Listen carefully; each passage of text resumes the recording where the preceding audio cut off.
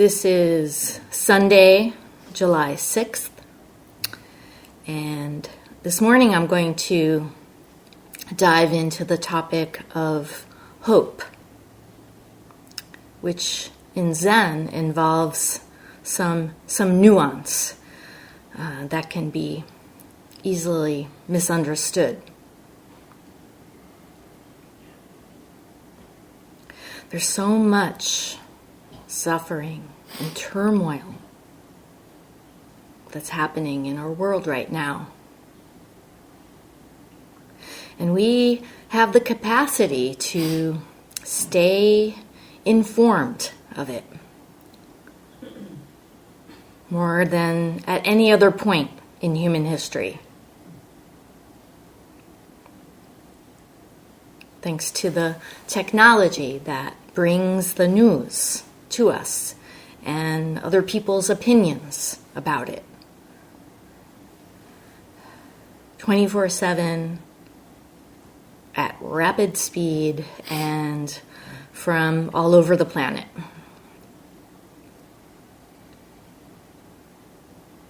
And as a consequence, not just the content, but the sheer quantity of information that we receive can feel overwhelming. And because we do have a tendency to latch on to the bad news in particular, you can easily find yourself feeling hopeless. And yet here we are, working on a practice that centers on opening up to things as they are, living in harmony with life as it is, not how we want it to be.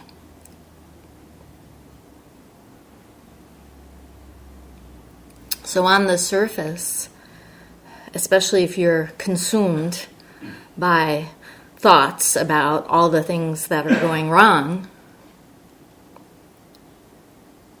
this practice doesn't make any sense. No, I am not okay with things as they are. I'm not okay with this.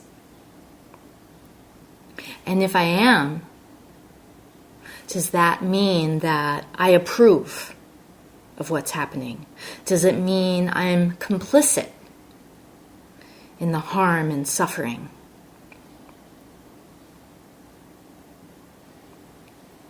There are so many people, entire communities, that are in really vulnerable situations right now. People who are in dire need of being defended and protected. And not just people, also the climate.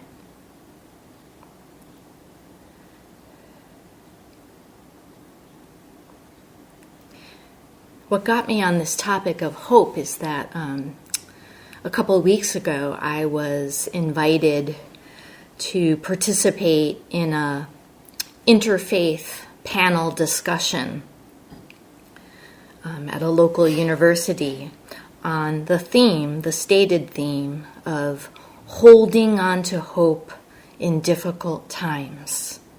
Holding on to hope in difficult times. And I saw this as an opportunity to connect with local faith leaders, but also an opportunity to share a perspective on hope that differs from the conventional view. The conventional view involves holding on. It's basically a desire for something good to happen in the future. And it centers on the belief that one can and should work toward a desired outcome, even in the face of adversity.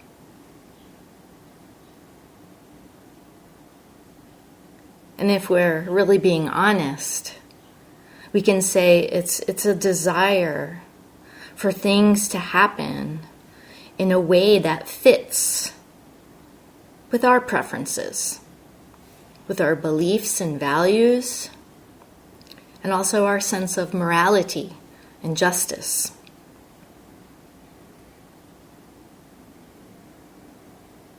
Our highest hopes may be to live in a world that is very different from the one we're in now,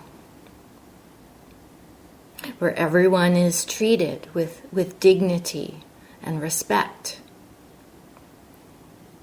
where everyone has access to food, nutritious food, shelter, safety, employment, education.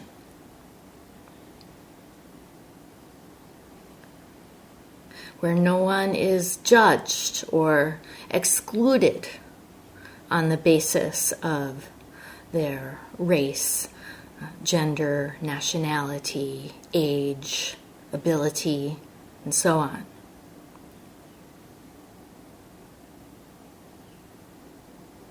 A world where we live in peace, where we work out conflict and disagreements without resorting to violence and war.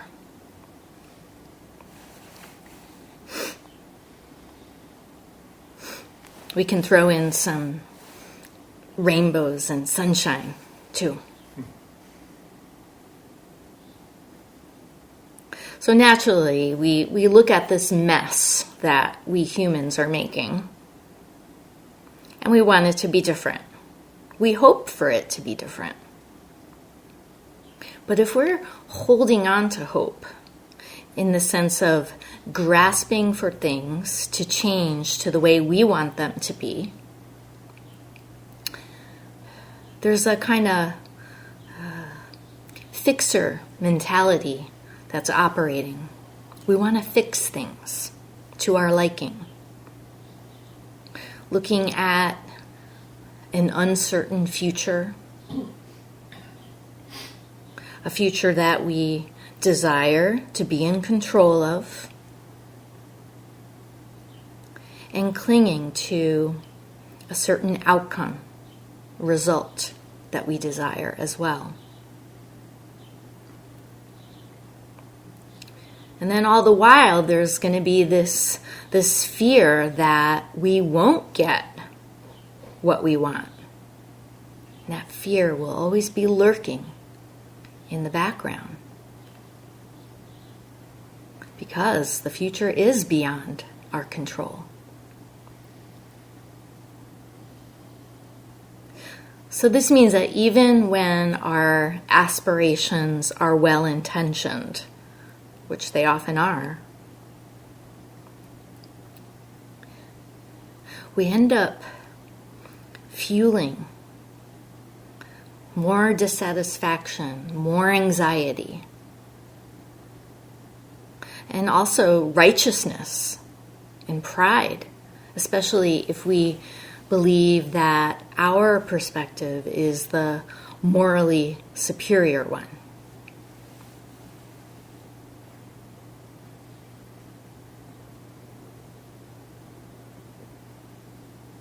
And yet it's all a fantasy. We don't have control over the future. We're not in control of other people's beliefs and actions. We're not in control of forces of nature. Everything is constantly in motion. Nothing's permanent. And that's why clinging to this ordinary kind of hope itself is a form of suffering. It's a kind of craving that more often than not leaves us feeling disappointed.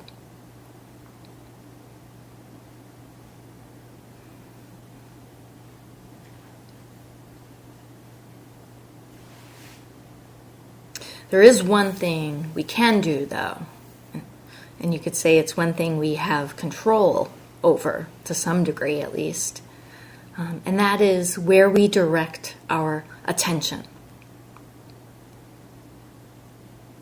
On our practice, on the breath, the koan, on whatever it is we're doing, sitting, eating, walking,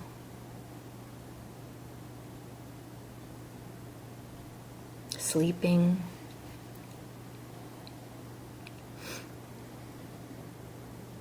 Or we give our attention to thoughts. And that's a choice that we all have to make, moment by moment. And when we do make the choice to be present, to be here, it's not that thoughts are not going to come up. They will. That's what thoughts do. But we have that choice to return to this persistently. Keep returning.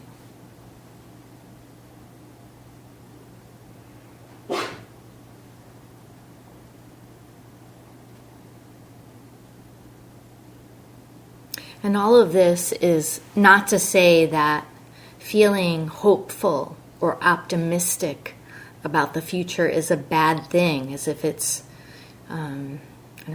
naive or unrealistic.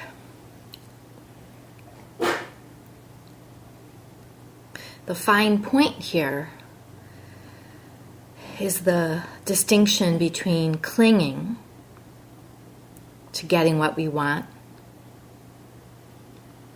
and opening up to life as it is,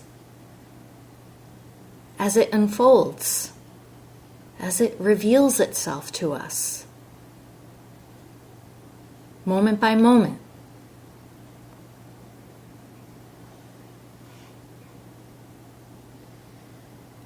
So this opening up is really a very different kind of hope. And it reflects the nuance of Zen practice that I mentioned, that often gets misunderstood. It also relates to our ability to see clearly and be responsive, to be of service, to give ourselves freely.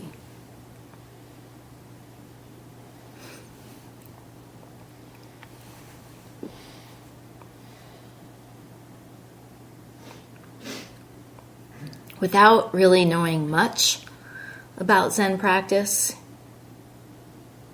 and about Zazen in particular, you might think that devoting time on a daily basis, whether it's 30 minutes or more, or 3 or more hours as we do in our residential training program, or in Sesshin, 10 or more hours, you might think that this sitting still in silence, facing a wall,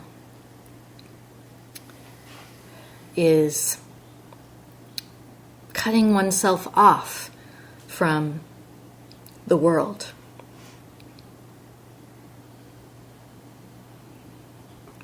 Escaping from it. Even the word retreat, as in meditation retreat, kind of sounds like that. As if we're retreating from suffering and chaos, turning away from it, getting a break. And that's, I suppose, why when you tell people that you're doing a sesshin or a meditation retreat, and they know nothing about it, they might say, "Oh, that sounds wonderful."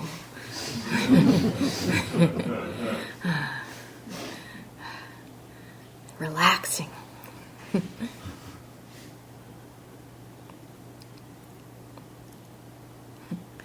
But it's actually just the opposite.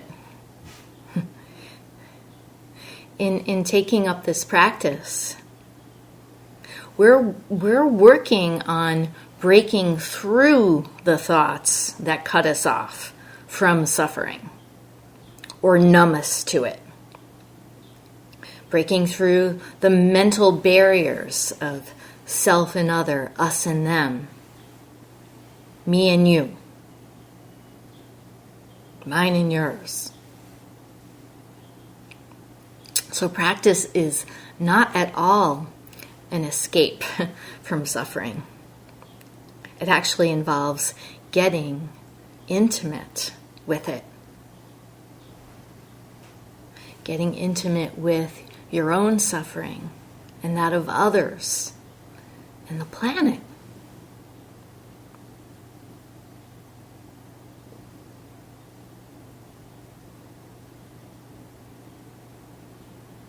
My suffering is your suffering, and your suffering is mine. It's not two.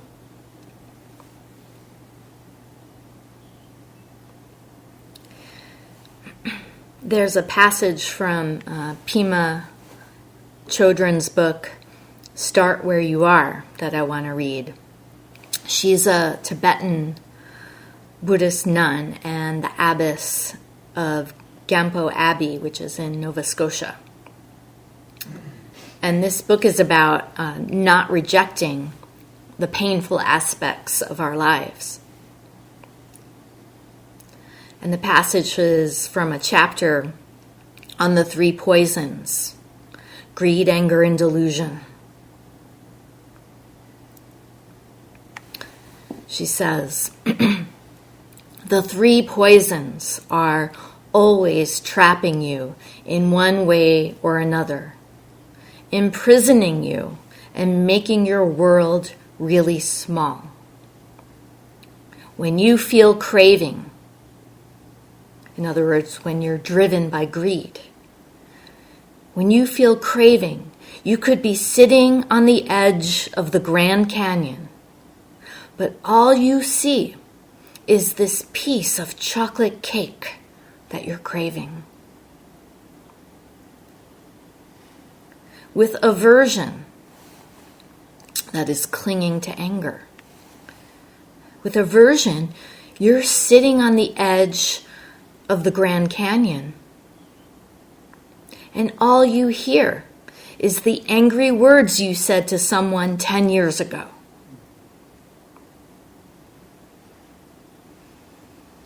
With ignorance, which is another word for delusion, with ignorance, you're sitting on the edge of the Grand Canyon with a paper bag over your head.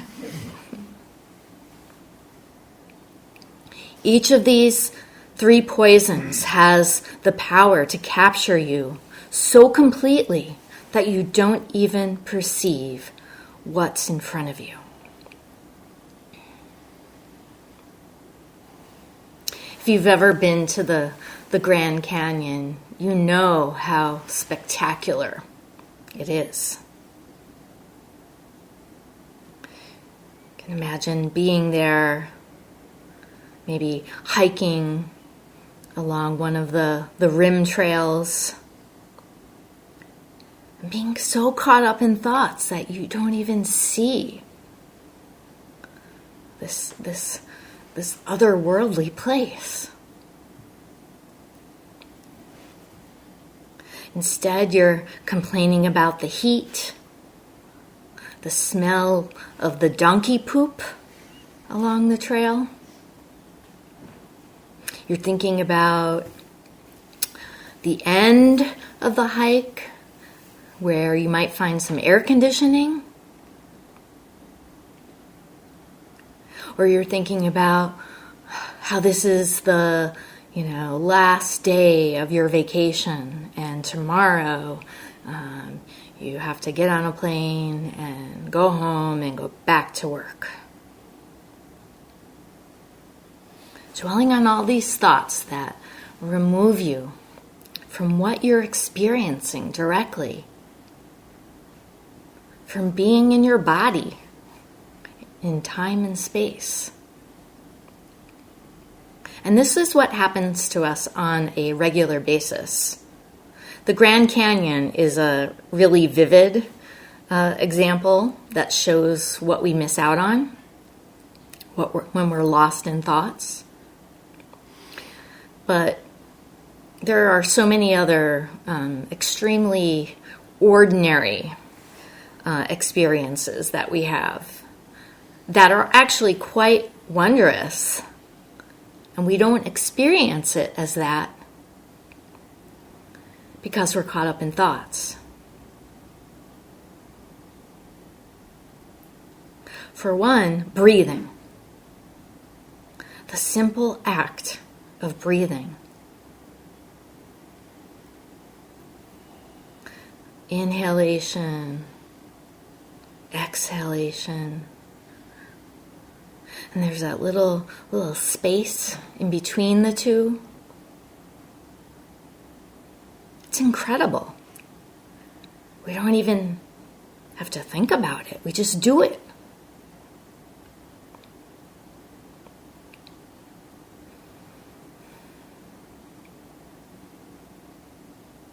Even a bead of sweat rolling down your neck. Wondrous. The feel of the floor as you walk on it, barefoot.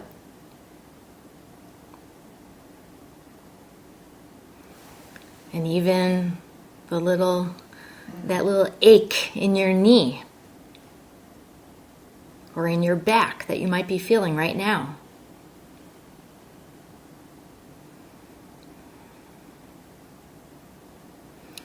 The sadness or anger that you feel when somebody says or does something that's hurtful.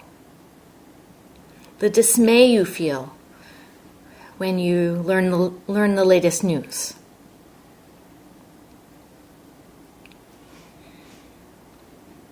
All of it. The whole of it. Here's what Pema Chodron says about working with all these things that we don't like.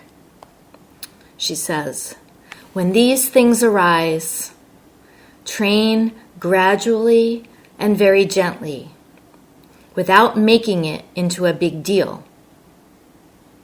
Begin to get the hang of feeling what's underneath the storyline. Feel the wounded heart that's underneath the addiction, the self-loathing, or anger.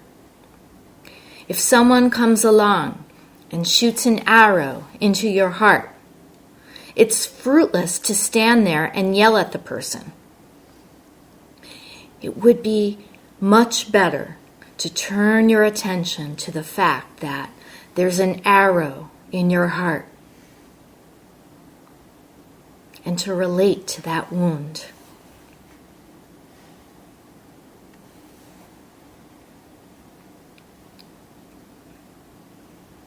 Turn your attention to the fact that there's an arrow in your heart.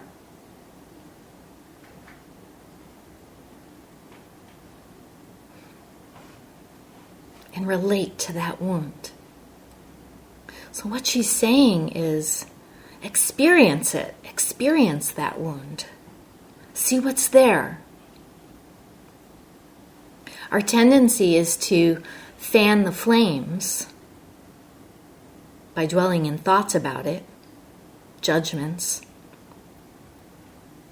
about the things that hurt.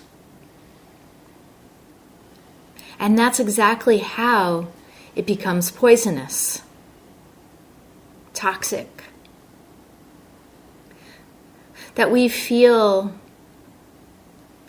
physical pain, anger, distress, anxiety, grief.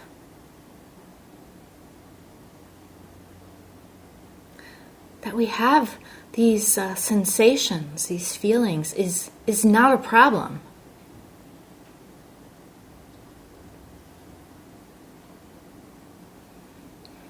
We're not trying to bypass being human.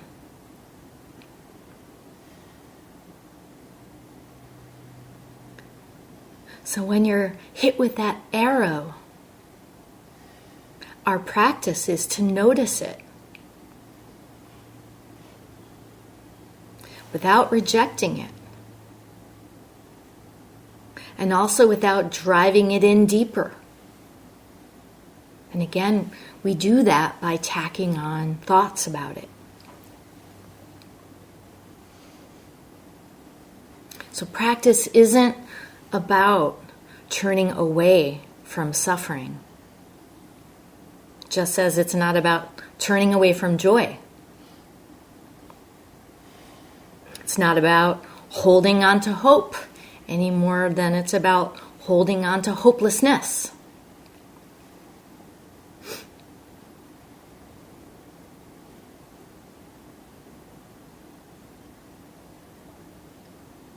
When all is seen with equal mind, to our self-nature we return. Equal mind. That's a line from Affirming Faith in Mind.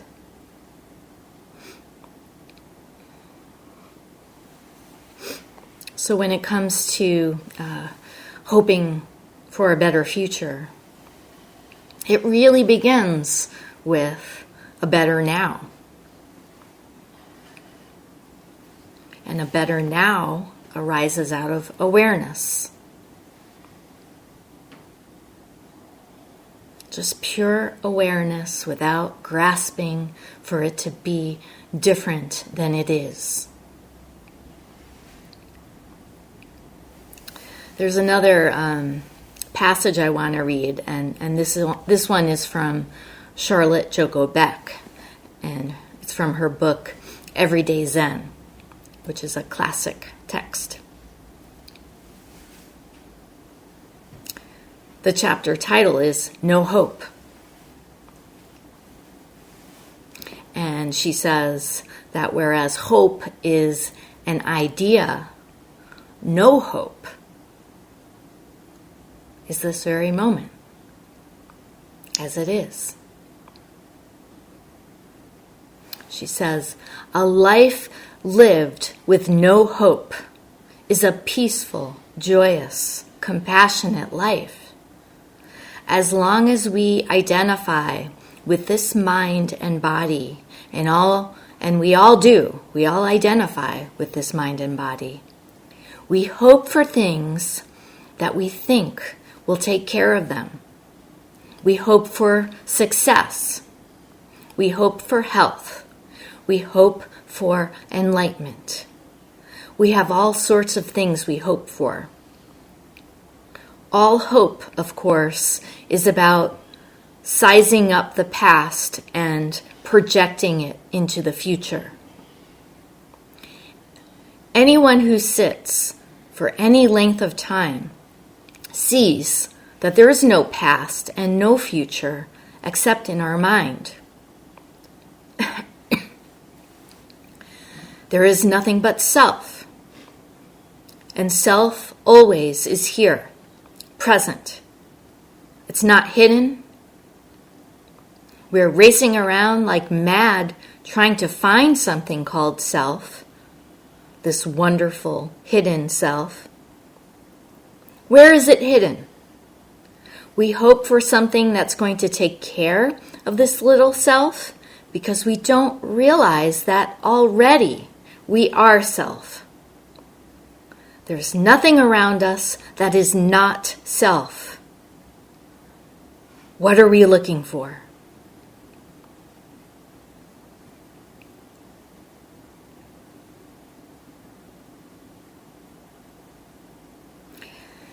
How near the truth, yet how far we seek.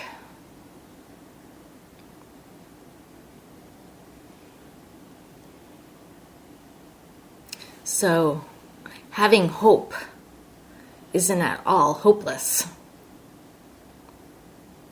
And that's because it doesn't involve clinging to certain results.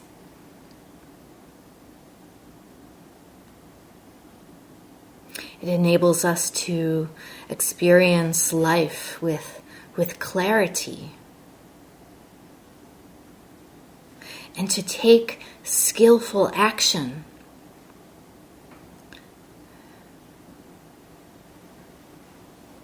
Not just thinking about suffering, but responding to it without poisoning it with our self-interest. Just doing what we can to help, to be of service, with no thought of separation and no exceptions.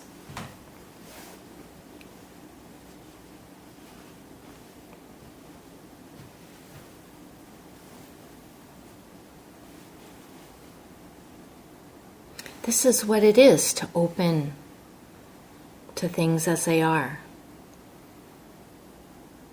which is also to say to open up to change.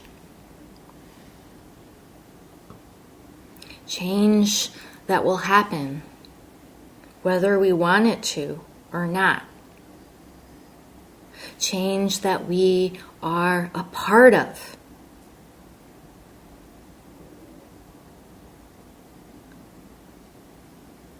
Nothing separate from who we are.